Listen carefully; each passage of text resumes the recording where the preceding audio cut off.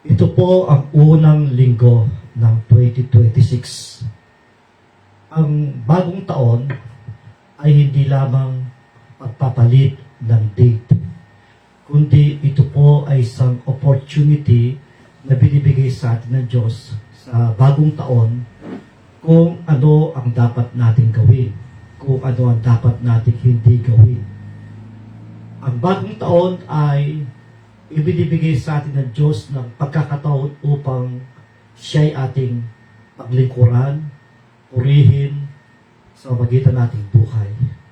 Ang bagong taon ay isa rin pong pagpapala na ibibigay sa atin ng Diyos kung ito'y ating ihiligin sa Kanya at kung tayo magiging masunuri sa Kanya. Ang bagong taon ay isa rin pong pag-iinventaryo ng ating sarili bago tayo mag-move on forward sa bagong taon. Bago natin gagawin ang mga dapat natin gawin, titignan natin muna ano ba ang nakaraan natin. Parang isang business. Ang isang business ay sila po ay taon-taon ay nagkakaroon sila ng inventaryo. Titignan nila kung ano po ang natitirang mga materyales o magkano natitira nilang pera. At tinitignan nila kung ano po ang mga nawala. At titignan nila kung ano dapat nilang idagdag. Gayon din naman po sa ating pong buhay spiritual, magkakaroon tayo ng spiritual inventory sa ating sarili. Ano ba ang mga nawala sa atin sa year 2025? Ano ba ang natitira sa atin sa year 2025? Ano ba ang dapat natin idagdag? Ano ba dapat natin gawin upang mapabuti ang ating buhay spiritual? So bago natin tunghayan ang salita ng Diyos, tayo muna po ay aawit, sasamba sa Kanya. Awitin po natin ang awitin ito, nagagaling sa ating puso. Gawin po natin siyang isang pagsamba sa ating Diyos. Amen. Kay buti-buti mo, Panginoon. Hallelujah.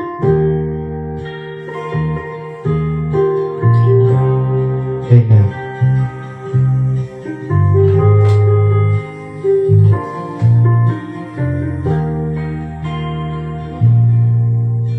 Ay buti-buti mo, Panginoon, sa lahat ng oras, sa bawat araw, ika'y laging tapat kung magmahal.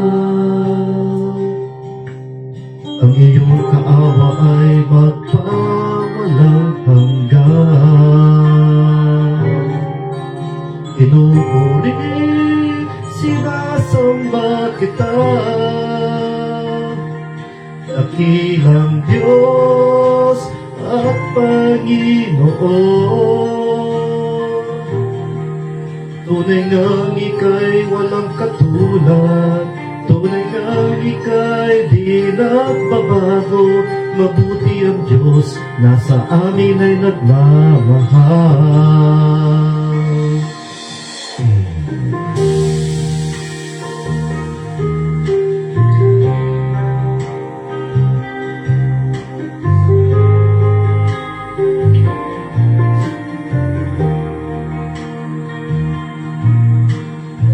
Buti-buti mo, Panginoon,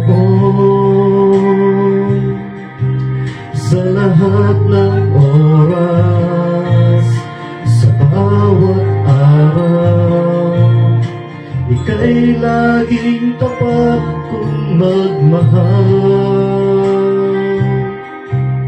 Ang iyong kaawa ay magpawalang hanggan.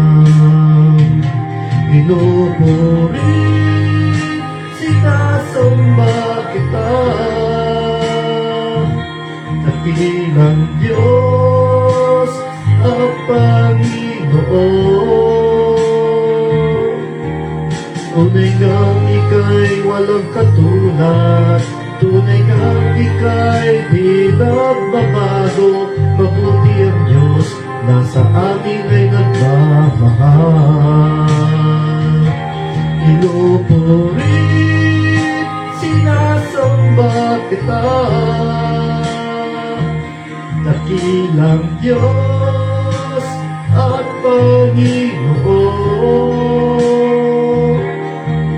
Tunay ngang ika'y walang katulad, tunay ngang ika'y di nagbabago. Mabuti ang Diyos, nasa amin ay nagmamahal. Mabuti ang Diyos, nasa amin ay nagmamahal. Mabuti ang Diyos, nasa amin ay nagmamahal. Hallelujah, Jesus, hallelujah. We worship you, Lord Jesus. We bless your holy name. Hallelujah, Jesus. Manalangin po tayo. Maraming salamat po, O Diyos, sa unang linggo ng 2026 na kami po ay na merong kalayaang magpuri, sumamba sa iyo at makinig ng iyong salita. Salamat, O Diyos, sa 2025. Marami pong nangyari sa amin, mga pagsubok, kahirapan, at mas marami ang mga pagpapalang ibinigay mo sa amin. Even yung pong mga trials ay kinikilala po namin blessings sa amin, sapagkat bawat trials, bawat pagsubok, bawat kahirapan, bawat problema ay meron pong mensahe at merong layunin para sa amin upang kami po'y matuto, upang kami lumago sa aming panampalataya. Sa oras na ito, inihiling ko ang iyong Santong Espiritu ang siyang manguna sa iyong lingkod sa pagbabahagi ko ng iyong salita. Dalayan ko na ko po ay bigyan mo ng karunungan, kaalaman, at kapahayagan sa oras na ito upang buong puso kong may paliwanag ang mensahe mo sa oras na ito. Sa lahat ng mga nakikinig at nanonood ng video ito, ay inyo po silang pagpalain at inyo po silang tulungan na maunawa ng mensahe mo at ma-apply nila sa kanilang buhay ang mensahe mo ito. Panginoon, sa iyo po ang papuri, pasalamat sa pangalan po ng Panginoon Kristo. Ito po ang aming pagsapot na langin. Amen, amen. Muli, magandang umaga po sa ating lahat. Amen. Ngayon, atin na pong tutunghayan ang salita ng Diyos. At ito po ay binigyan ko po ng pamagat na ang pamagat po niya ay The New Year is a time for inventory. Amen. Ito po yung pamagat ng ating mensahe sa oras nito. Amen. So, babasahin po natin ang ating teksto ay nandito sa Lamentations chapter 3 verse 40. Ang sabi ay, let us examine our ways and test them, and let us return to the Lord. Pagpalain ng Diyos sa pagkabasa ng kanyang salita. The New Year is not just a change of date, it is a God-given opportunity. Ito po ay maraming ibibigay na opportunity sa atin ang Diyos sa year 2026. Paano natin malaman ang opportunity na yan? Sa pagitan ng kanyang salita. Kailangan po natin patuloy na pagbulay-bulayan, pag-aralan ang salita ng Diyos upang makita natin yung mga opportunity ibinibigay ng Diyos sa atin. At isa na po yan, ang opportunity ay ang paglingkuran natin ng Diyos. Sa year 2026, patuloy natin paglingkuran ng Diyos. At sigurado ako, when we serve God with all our heart, God will bless us. Amen. In business, before starting a new year, companies conduct an inventory to know what they have, what they lost, and what needs improvement. So, ganun po sa business. Tinitignan po nila kung ano po yung kung ano yung natitira pang mga materyales sa kanila, kung ano po ang natitira pa nilang mga businesses nila, at kung ano po yung mga nawala sa kanila, at kung ano po yung mga dapat nilang i-improve sa kanila pong business, lalo na sa bagong taon. In the same way, God calls us to take spiritual inventory before we move forward. Sa taong 2026, bago po tayo mag-move forward, ay magkaroon muna tayo ng spiritual inventory. Ano po ba ang meron tayo ngayon? Ano ba ang nawala sa atin? Ano ba ang dapat natin i-improve sa ating spiritual life? Sa ating sarili. Yes, we are not perfect. Marami tayong dapat pang i-improve sa ating sarili. Marami pa tayong dapat alamin, pag-aralan. Hindi pa po sapat ang ating kaalaman. Patuloy po tayong mag-aral ng salita ng Diyos sa buhay po natin. You cannot move wisely in the future without honestly examining the past. Tama po.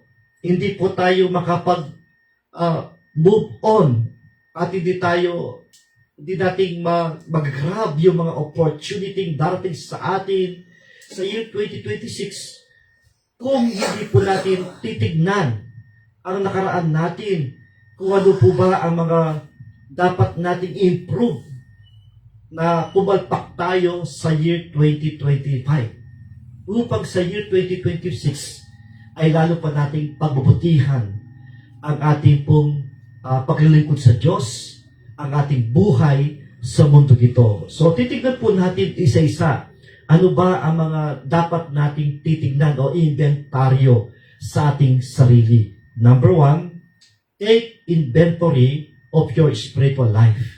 Ang sabi ng 2 Corinthians chapter 13 verse 5, examine yourselves to see whether you are in the faith. Test yourselves. Do not realize that the Christ Jesus is in you unless, of course, you fail the test. So, ang pag-iimbentaryo ay katulad din po ng pag-i-evaluate ng ating sarili. This time, we're going to evaluate our spiritual life. Ang sabi ng salita ng Diyos, examine yourselves to see whether you are in the faith.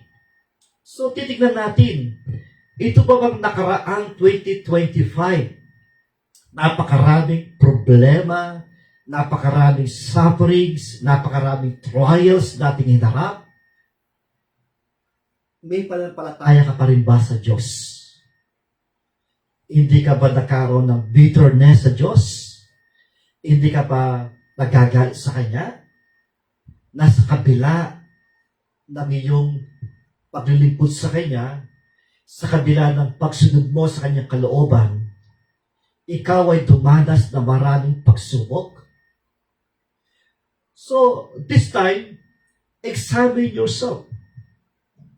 May panampalataya ka ba rin ba sa Diyos? Subukan natin, sabi natin, test yourselves. Ang sabi ng salita ng, do not realize that Christ Jesus is in you. Nasa iyo pa rin si Jesus. Of course, you fail the test. Mawawala si Jesus sa iyo if you fail the test. So ask yourself, number 1, how is my prayer life? Nananalahin ka pa rin ba? How is my time in God's Word? Nagbabasa ka pa rin ba ng Biblia? And I'm growing spiritually or just attending church? Lumalago ka ba sa iyong panampalataya? So, yun po yung mga katanungan na ikaw lamang ang pwedeng sumagot. It is a rhetorical question na ikaw lamang ang pwedeng sumagot sa katanungan na yan. Activity is not the same as spirituality. Akala ng iba, when they join in any activities in the church, they are growing spiritually. At maraming activities sa mga organization, pero walang plano about their growing spiritual. So God is more concerned with our relationship, not just our routine.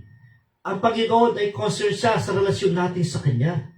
Hindi lamang po yung routine na ginagawa natin, mga activities sa year 2025, this coming 2026, ganun din po, activities. But you need to check your relationship with God. Ikaw ba ay napapalayo sa Kanya? O ikaw ba ay napapalapit sa Kanya? So, you need to answer that question. Check your relationship with God. Ask yourself, is my walk with God personal or just religious? Kasi iba ay napaka-religyoso nilang dating. Every Sunday, sila po ay umaawit, nagtataas ng kamay, they're leading worship. Yung iba ay mga leaders pa, they're living in worship. Religious na religious sila. Pero yung relasyon nila sa Diyos ay napakalayo. Hindi natin pwedeng ipik ang Diyos. Hindi natin pwedeng dayain ang Diyos. Alam niya kung maayos ang relasyon natin sa Kanya o hindi. Pwede nating dayain ng mga tao na pwede nating ipalabas, ipakita sa kanila na tayo ay malapit sa Diyos, na tayo religyoso, but in reality, malayo ka sa Diyos, hindi maayos ang relasyon mo sa Kanya. Do I spend time in prayer and the Word or only when convenient? Ikaw ba ay regular na nanalangin? Regular ka bang nagkaroon devotion? Regular ka ba nag-aaral ng salita ng Diyos? O kapag may time ka lang? Kumbaga, second hand lang ang Diyos sa atin. Kung meron kang time, gawin mo. Pag wala kang time, hindi mo priority ang Diyos sa iyo, hindi mo priority ang salita ng Diyos. So, kailangan mo i-check ito sa iyong sarili. Is God still my first love? Nandiyan pa rin ba yung first love mo sa Kanya? O nanlamig ka na sa Kanya? Kapatid, ikaw lamang ang pwedeng sumagot sa mga katanong ito.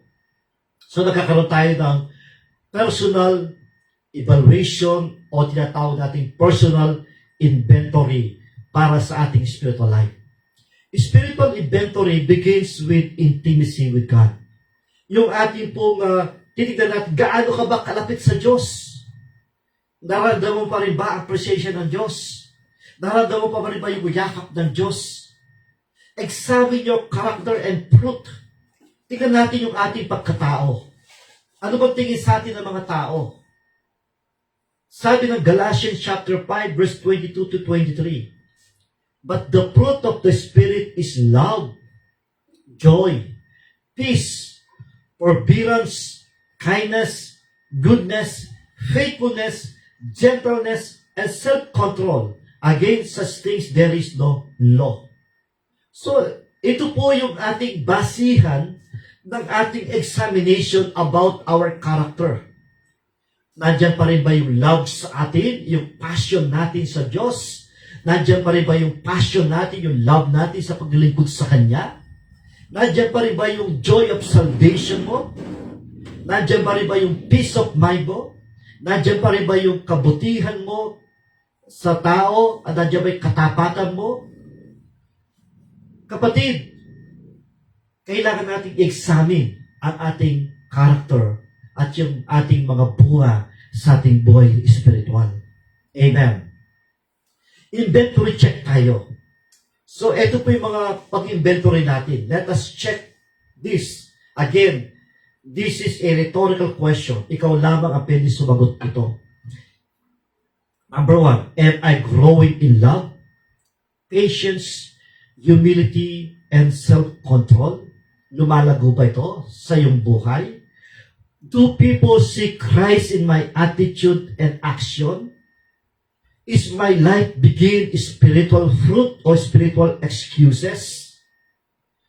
Fruit is evidence of a healthy spiritual life.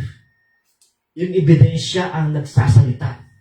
Hindi yung bibig lamang ang pwedeng magsalita tungkol sa ebidensya ng ating buhay spiritual, kundi yung ating ginagawa, yung ating pamumuhay, yun ang ebidensya ng ating spiritual life. Healthy pa rin ba ang spiritual life mo sa year 2026? Sa nangyari 2025, nanatili pa rin bang healthy ang spiritual life? Marami tayong labanan, bugbog sarado tayo, marami tayong hinarap na labanan sa spiritual. Minsan ilabanan natin, hindi lamang sa mga hindi Kristiyano, minsan labanan natin sa kapwa pastor, sa kapwa Kristiyano, minsan labanan natin pastor versus leaders, versus members. Ngayon, ang nangyari ngayon, ang mga leaders, sila pa yung parang sila yung bossing sa church. Nagkakaisa sila para tanggalin yung pastor. So, bugbog sarado tayo. At dahil dyan, nandiyan pa rin ba yung panampalataya natin? Healthy pa rin ba yung spiritual life natin? Amen. Susunod, take inventory of your obedience. Sabi ng James chapter 1 verse 22, but be doers of the word and not hearers only, deceiving yourselves. Pero dito sa 1 Samuel chapter 15 verse 22, sabi, to obey is better than sacrifice. So dito, ang sabi po ni Santiago, hindi lamang tayo tagapakinig ng salita ng Diyos, kundi mga tagatupad ng salita ng Diyos. Mean to say, we need to obey. We need to apply the Word of God. Hindi lang natin basta ito narinig, kundi ito'y ating ipamuhay, i-apply sa ating sarili. When you hear the Word of God, at meron pong command sa atin na dapat nating gawin, then you will obey it. Mean to say, you are deceiving yourself. Ibig sabihin, nakikinig ka, pero hindi mo pinapasok sa iyong puso, hindi mo ina-apply, you are not growing spiritually. So check yourself in the year 2025. Marami ka bang narinig na utos ng Diyos? Ilang utos ng Diyos ay yung sinunod? Kapatid, ikaw lang ang pwede sumagot nito. So titignan natin, sabi ni Prophet Samuel, to obey is better than sacrifice. Kasi itong salitang ito, merong inutos ang Diyos kay King Saul. At ang utos sa kanya ay yung mga Palestina, ubusin, walang itira, mga bata at babae, patayin, mga animals, patayin. Pero hindi niya sunod yung utos ng Diyos. Tinira niya yung mga hayop at nagtira siya ng mga alipin. Nung marinig ito ni Prophet Samuel, siya po ay nagalit kay King Saul. At ang sabi niya, to obey is better than sacrifice. So, this is the inventory question sa atin. Number 1, what has God told me to do that I delayed or ignored? Ano ba ang utos ng Diyos na binigay sa iyo na maaring you delayed it or you ignore it? Parang mga bata, ngayon na yung mga bata, pag inutusan yan, walisin mo yan, mamaya na lang. Bumili ka doon, mamaya na lang. Puro wait. Ganun po ang iba, mga Kristiyano. Number 2, are there areas of compromise in life? Meron sa year 2025 pa, meron mga kompromiso kang ginawa? Nag-agree ka ba dun sa plano na para tanggalin ng pastor?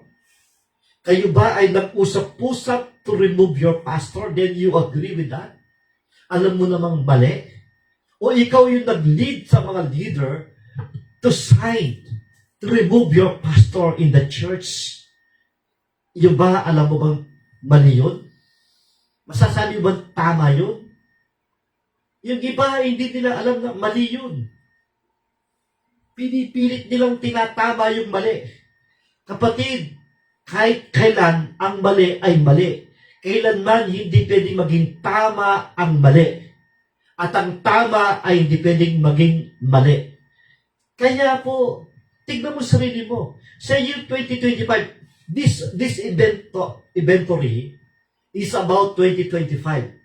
Before you move on in the year 2026, you need to make inventory to your spiritual life in the year 2025. Tignan mo, are there areas of compromise in your life? Nakipag-kompromiso ka ba? Nag-compromise ka ba sa mga gawain sa libutan? And am I obeying God fully or selectively? Pinipili mo lang yung mga utos ng Diyos na gusto mong sundin. Hindi lahat ng utos ng Diyos ay ginagawa mo. Hindi lahat ay ginagawa mo. So tignan mo, sa year 2025 ba, lahat ng mga narinig mong utos ng Diyos sa iyo ay ginawa mo ba? O baka naman yung utos ng demonyo ang iyong sinunod, hindi yung utos ng Diyos. So you need to check yourself sa year 2025. Partial obedience is still disobedience. A new year will not rectify all disobedience unless accompanied by genuine repentance. So, yung pagsunod mo ay partial, half lang. Hindi po tama yun. Still, disobedience pa rin yun. Okay. The new year is a time not only to count our blessings, but to examine our obedience. Many believers serve God faithfully, yet obedience is often selective. God is not just looking for activity, but submission to His will. Amen. Ang iba, ang kanilang binibilang ay yung blessings. Pero yung pagsunod nila kay Diyos, sa Diyos ay hindi nila binibilang. So, sa year 2025, let us examine our obedience in the Lord. Tayo po ba ay tapat pa rin tayo sa Diyos? O baka naman yung mga utos ay selective lang, hindi lahat ng utos ay ginagawa mo. Pinipili mo lang. Obedience reveals our love for God. Sabi ng John 40:15, if you love me, keep my commandments, ang sabi ng Diyos. So kapag tayo sumusunod sa Diyos, kapag sinusunod natin lahat na kanyang mga utos, mean say, you are showing your love to God. And my question is, do you love God? If you love God, obey His command. Amen po ba? Amen. Hallelujah. Ito po yung inventory question natin. Do I obey God only when it is convenient? Susundin mo ba ang Diyos kapag ito ay convenient ka lang? Kapag mahirap, hindi?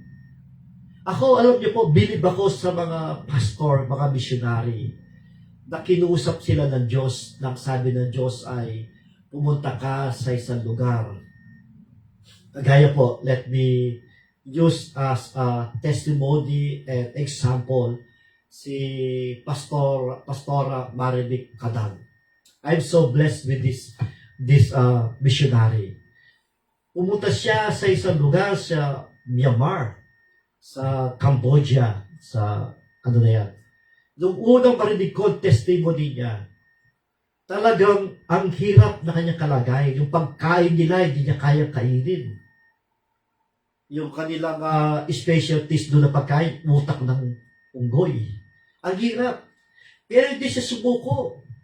Kasi yun ang utos ng Diyos sa kanya. Yun ang inutos ng Diyos sa kanya. Pumunta siya sa lugar na mag-missionary. Ngayon, ilang years na siya doon. Hanggang ngayon ay missionary pa rin siya sa lugar na yun at lumalago ang kanyang gawain. Now, bless ako kay Pastora Maribik Kadag. God bless you, Pastora Maribik Kadag. Biblically speaking, si Abraham, inutusan siya ng Diyos sa Genesis chapter 12, lisanin ang kanilang lugar. At inutusan siya ng Diyos pumunta sa lugar na kanyang sasabihin sa kanya. Pero wala pang binigay na exact place ang Diyos sa kanya. Pero yung utos sa kanya, lisanin ang kanilang lugar. Alam nyo, umalis si Abraham. Si Abraham papangalan niya doon sa lugar na yun. Nag-travel siya. Ang daming mga pagsubok sa kanyang pag-journey niya, sa kanyang pag-travel niya. Pero naging masunurin siya. Pero yung promise ng Diyos sa kanya, dahil siya naging obedient siya kay Lord, tinupad niya ang Diyos sa pangako sa kanya. Magiging great, magkaroon siya great name, magkaroon siya ng mga anak, magiging isang bansa, that God will bless him, so that he will be a blessing to others. Iyon ang nangyari sa kanya. Siya naging obedience kay Lord. Tayo po, tayo ba'y sumusunod sa Diyos? Kahit mahirap, gagawin po ba natin? Kung mahal mo ang Diyos, walang mahirap para sa iyo. Susunod ka sa lahat na kanyang ipag-uutos. Amen. Obedience often requires sacrifice. Minsan yung pagsunod natin kay Lord, merong sakripisyo. Halimbawa sa pagbibigay, kailangan mong ibigay ang iyong tithe sa iyong offering kapag kinausap ka ng Diyos. May sakripisyo. Meron pa kailangan ng church, kailangan magbigay. Sakripisyo. Kailangan mong, meron kang tatanggapin na trabaho, pero yung oras, panahon, mawawala sa Diyos, hindi mo tatanggapin yung trabaho na yun, alang-alang sa pagsunod mo kay Lord. So, ang pagsunod kay Lord, most of the time, meron pong sakripisyo na dapat natin gawin. Amen. So, obedience may come at the cost of comfort, popularity, or personal plans. Yan po, yung ating pagsunod kay Lord, minsan, maglalaban ang inyong kalooban. Minsan, maglalaban yung kagustuhan mo sa kagustuhan ng Diyos. Maglalaban yung plano mo sa plano ng Diyos.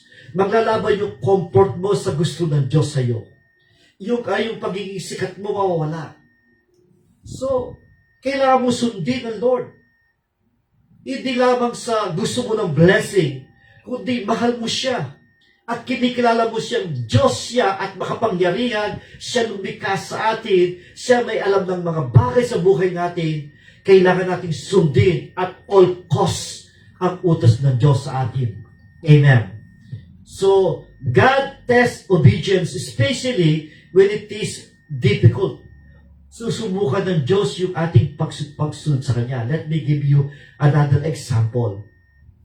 Inutusan ni Abraham. Dami pong pagsubok dinaanan ni Abraham sa Diyos. Yung una, ang paglisan niya sa kanilang lugar. Pangalawa, binigyan siya ng anak na ang pangalan ay si Isaac. Si Isaac, inutusan siya ng Diyos si Abraham na ihandog ang kanyang anak. At maagang-maaga umalis si Abraham, dala-dala yung kanyang anak, yung apo, yung kahoy, at yung mga alipin nandoon. Pagdating nila doon sa bundok, pinaiwan yung kanyang mga alipin, sila dalawa lamang mag-ama pumunta sa bundok, umakyat. Pagdating doon, naglagay siya ng mga bato, ginapos kagad yung anak, sasasakin niya. Sinubukan ng Diyos yung pong pag-obey ni Abraham sa Diyos. At walang alinlangan, hindi nag-doubt, hindi nagdalawang isip si Abraham upang sundin ang utos ng Diyos sa kanya. At ano naging resulta? Pinagpala ng Diyos si Abraham. Naging tanyag ang kanyang pangalan, nabuo ang isang bansa na tinatawag natin Israel na bansa. Amen. Inventory question natin. Am I willing to obey even when it hurts? Ako ba'y willing na sumunod sa Diyos kahit ito'y masakit? Merong isang pastor, and I don't want to mention the name, ang sabi niya, sa church namin, ay may mga leaders kami na sila ay talagang very effective. Number one, sila ay meron silang higher education. Matalino sila. Masipag sila. Tapat sila sa church. Pero sabi ng pastor, nalaman niya na itong dalawang leader nito nagsasama pero hindi kasal. Nalaman niya na itong babae ay may dating asawa. At itong lalaki may dating asawa. Nagsama sila, naging Kristiyano sila. Pero ang sabi ng pastor, kailangan kayong ikasal. Kung hindi kayo kakasal, hindi kayo pwede mag-leader ng church. So temporarily, tinanggal sila ng posisyon. It hurts. Pero naging obedient sila. Umalis sila. At ang nangyari, imbes na sundin yung utos sa magpakasal, umalis sila sa church. So they failed the test. So, most of the time, ganun din po tayo. May utos sa Diyos sa atin, meron siyang gustong patanggal, alisin, it hurts us. Pero, hindi natin kayang sundin ang utos ng Diyos. Pero kung talagang you love God with all your heart, kahit masakit, you need to obey God. Amen. Obedience brings blessing. Ang sabi ng Deuteronomy chapter 28 verse 1 and 2, Now it shall come to pass, if you diligently obey the voice of the Lord your God, to observe carefully all His commandments, which I command you today, that the Lord your God will set you high above all nations of the earth. All these blessings shall come upon you and overtake you because you obey the voice of the Lord your God. Amen. Ito po ay salita ng Diyos na nagbibigay ng assurance when you obey the Lord. Meron pong assurance that God will bless us. We obey God, there's a lot of reason why we obey God. Number one, we obey God because we love God. Number two, we obey God because He's our God. And number three, we obey God because there is blessings in obedience. Amen. So do I trust God enough to obey Him fully? Ako ba ay nagtitiwala sa Kanya ng buong buo na susundin ko yung utos niya? Kagaya po ba tayo ni Abraham? He obey God fully. He trust God fully. Nawala ba siya katiyakan? Pero ang alam niya, nagtitiwala siya ng buong buo sa Diyos. Nasusundin niya ang Diyos. Amen. Number 3, take inventory of your relationships. Ang sabi ng Romans chapter 12 verse 18, if it is possible as much as depends on you, live peaceably with all men. Kung imposible, depende sa atin, mabuhay tayo mapayapa sa lahat ng tao. So let us evaluate our relationship with others. The New Year or any season of reflection is not only a time of examine our spiritual life, but also our relationship. How's our relationship in the year 2025? Our relationship with our family, in our church, in our leaders, in our members, in our pastor. How's your relationship with others? Our relationship with God is often reflected in how we treat others. Broken relationship hinder prayers, peace, and spiritual growth. Amen. So, tayo po ay yung ating pong relasyon sa Diyos ay nakadepende rin sa relasyon natin sa iba. You cannot say that you have a good relationship with our God, but you have a bad relationship with others. It reflects your relationship. And one thing, it also reflects, it hinders your prayers. God will not answer our prayers if we have unforgiveness. Kung meron tayong mga tao na hindi pinapatawad o hindi tayo humingi ng tawad sa iba. Even our worship, you cannot worship God. God will not accept our worship kung meron tayong mga tao na hinakit, hindi pa tayo nakipagsettle sa kanila. Even you are leading a worship service, pero kapag meron kang sakit na loob sa iba, hindi tatanggapin ng Diyos ang pagsamba mo. And also, you don't have a peace of mind kapag meron kang hindi ayos ang relasyon mo sa iba. Amen. And also, your spiritual growth, you will not grow spiritually if you have a broken relationship with others. So, ang laki po ng nagagawa sa atin ng relationship. Sa Diyos ang relasyon natin sa iba. So, maraming tulong to. So, as much as possible, we need to have relationship with others. Amen. To all the people. Inventory your relationship with God. Ang sabi ng Matthew chapter 22, 37 to 38, Jesus said to him, You shall love the Lord your God with all your heart, with all your soul, with all your mind. This is the first and great commandment. So, may I ask this question? Mahal mo ba ang Diyos ng buong puso? Mahal mo ba ang Diyos ng buong kaluluwa? Mahal mo ba ang Diyos ng buong pag-iisip? So, tignan mo ang iyong sarili. So, let us check our relationship with our God. Amen. So, ito yung inventory question natin. Is God first in your life? Do your relationship reflect obedience to Him? Are your attitude pleasing to Him? So, tingnan po natin relasyon natin sa Diyos. Amen. Again, ikaw lang pwede sumagot sa mga question nito. A right relationship with God produces right relationship with others. Amen. Kasi sabi ng Panginoon, kung gusto mong patawarin kita, kailangan magpatawad ka. You cannot receive forgiveness from the Lord kung hindi ka marunong magpatawad sa iba. You cannot receive forgiveness from the Lord kung hindi ka marunong magpatawad sa iba. If you want to receive forgiveness from the Lord, you should forgive others. Yung mga nagkamali sa iyo. Amen. If you want to have a relationship with God, you also settle your relationship with others. Amen. So, inventory your heart. Forgiveness and love. Have you forgiven those who hurt you? Pinatawad mo na ba sila? Ako personally, sa 2025, matinding sakit ang ginawa sa akin. Matindi yung sakit na ginawa sa akin.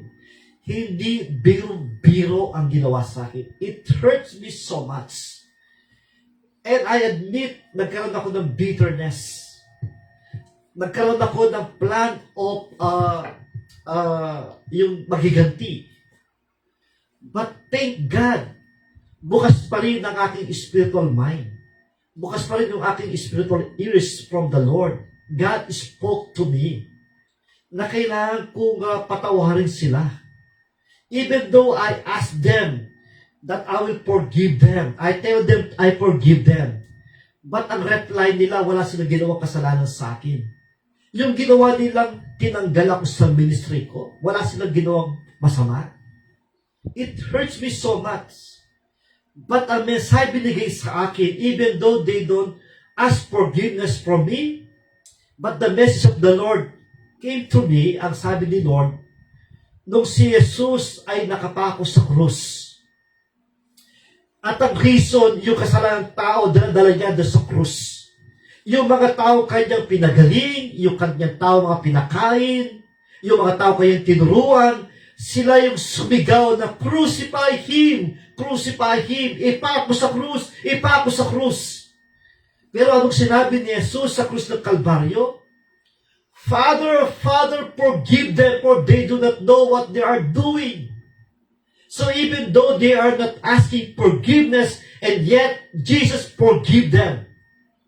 That is the message came from the Lord.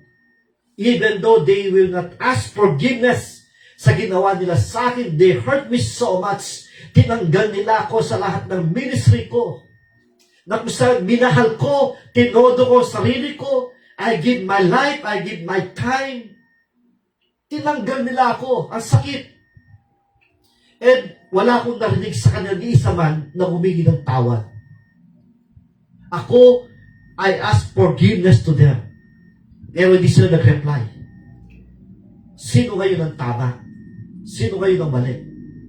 Pero ang mensahe ng Panginoon sa akin, even though they will not ask forgiveness sa akin, I need to forgive them in front of God.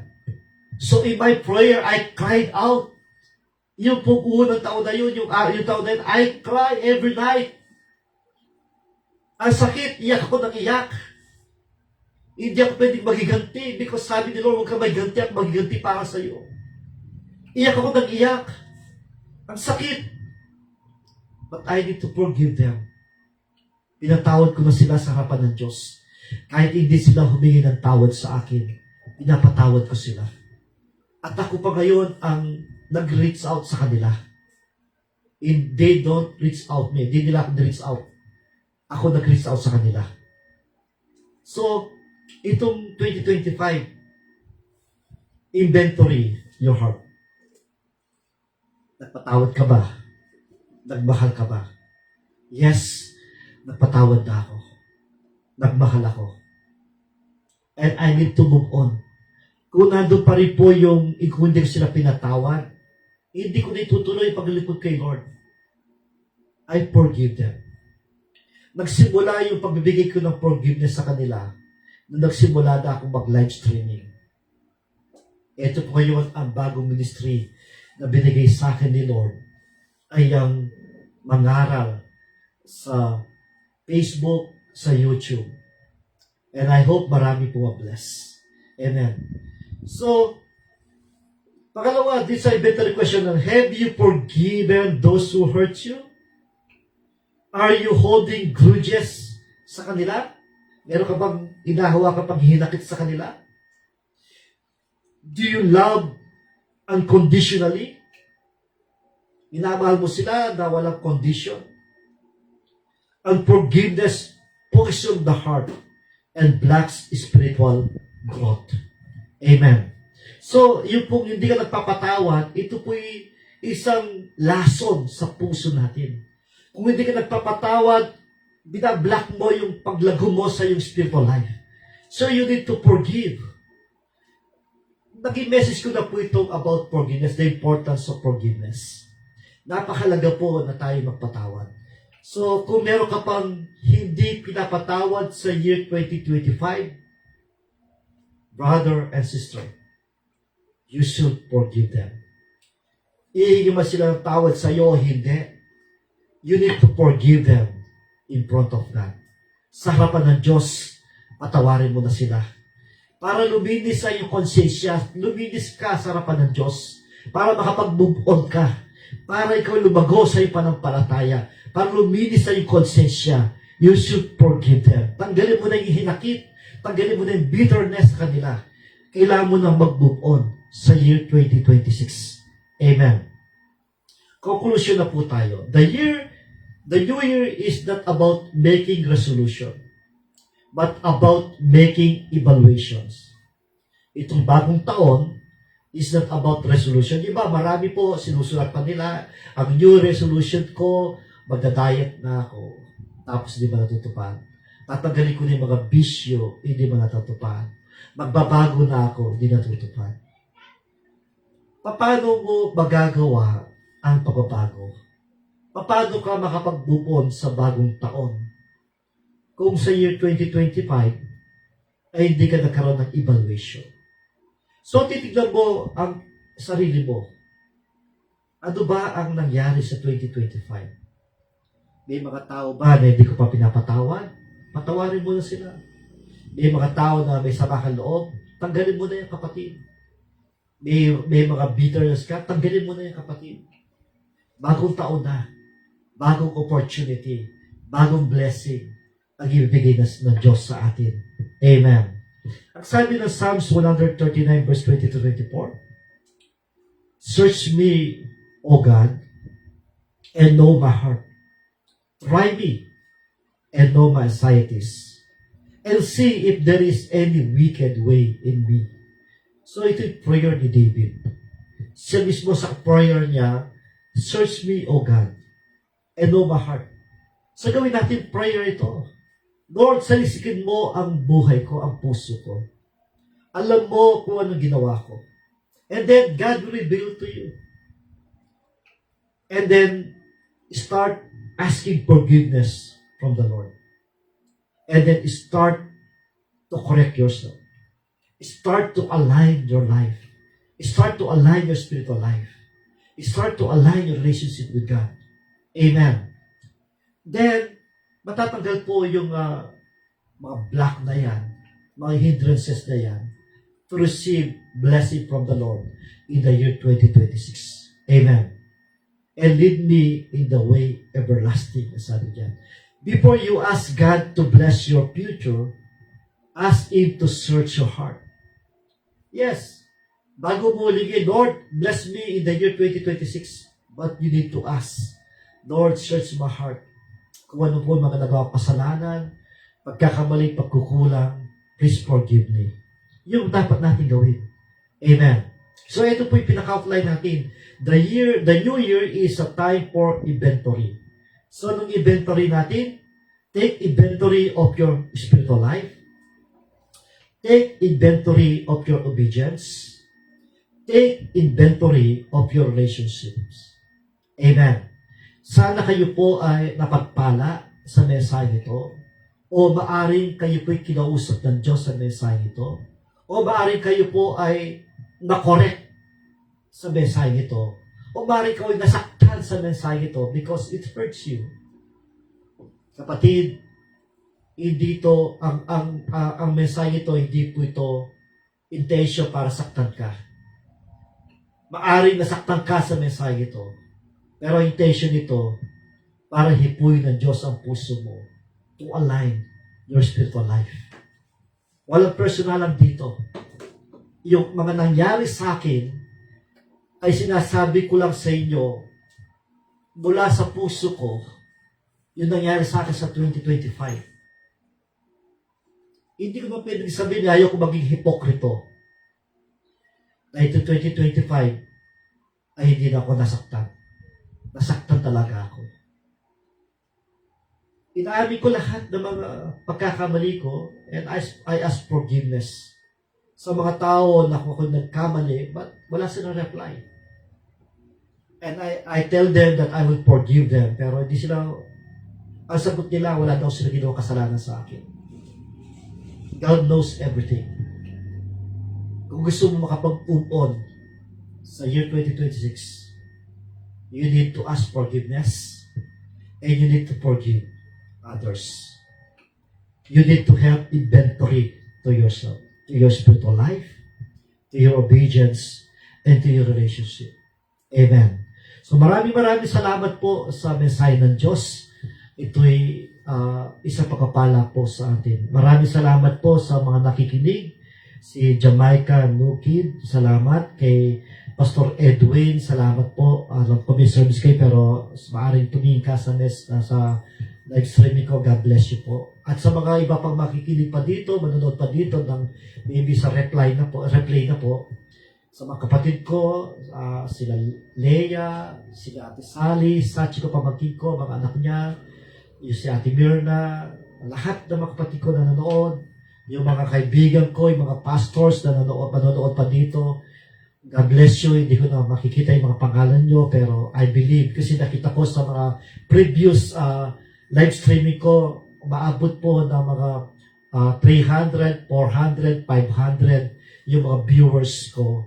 Sana po patuloy suportahan ng ministry nito at ito po yung makakatulong sa akin at sa inyo, sa ating lahat. At kung nais po ninyo magbigay ng prayer request, pwede nyo i-PM ako, i-send sa akin po upang ipag-pray ko kayo personally even in our live streaming. At kung gusto nyo pong tumulong sa ministry nito, willing kayo magbigay ng love gift, ng donation, ng offering, pwede yung i-send sa GCash ko, nilalagay ko po sa Facebook. Salamat po sa inyo. At kahapon, ako po ay nalungkot.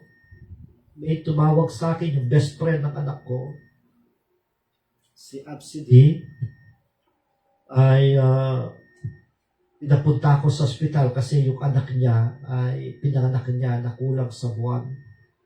Nasa 7 months lang ata siya. At ngayon ay pinapunta ko to para ipag-pray yung anak. At nung makita ko yung anak na bagbag yung damdamin ko, gusto kong umiyak na malakas, pinipigil ko lang. Kasi awak-awa ko sa bata. Nangitim na siya. And according sa nurse na nagsabi ay umihinga na lang siya dahil po sa mga machine. May manual pang ginagawa sa kanya. Napapluctuate yung kanyang BP niya. So pinag-pray ko, I'm still hoping na si Lord gumawa ng miracle. Pinag-pray namin yung bata and I'm planning to pray also in our live streaming yung bata para pagilin si Lord. Pero kaninang umaga, Pagising ko ay sinabi ng anak ko ay wala na po yung bata, kinuha na ni Lord. So, kung nanonood po yung family, I would like to comfort you, praying for you. God will comfort you. Mamahal ng Diyos ko, comfort kayo. Ang kalooban ng Diyos ang ating susundin. Ayaw ng Diyos na maghirap pa yung bata, kinuha na niya. Huwag kayong mag-alala. Ang Diyos ay generous ang ating Diyos. Bibigyan pa rin kayo ng anak ng Diyos in right time. Amen. So, still, papapray ko pa rin kayo, yung pong pamilya ni Absidy, sila mag-asawa, nakikiramay kami sa iyo, condolence po sa inyo lahat. Praying for you. Amen. Praise God. So, tayo po yung muko, tayo manalangin. Maraming salamat po, O Diyos, sa mensahe mo sa oras na ito. Ito yung unang linggo ng year 26. Salamat po sa year 2025. Kami ngayon ay nagkaroon po ng personal inventory. So, we take inventory of our spiritual life. We take inventory of our obedience. And we take inventory to our relationships sa iyo at sa iba.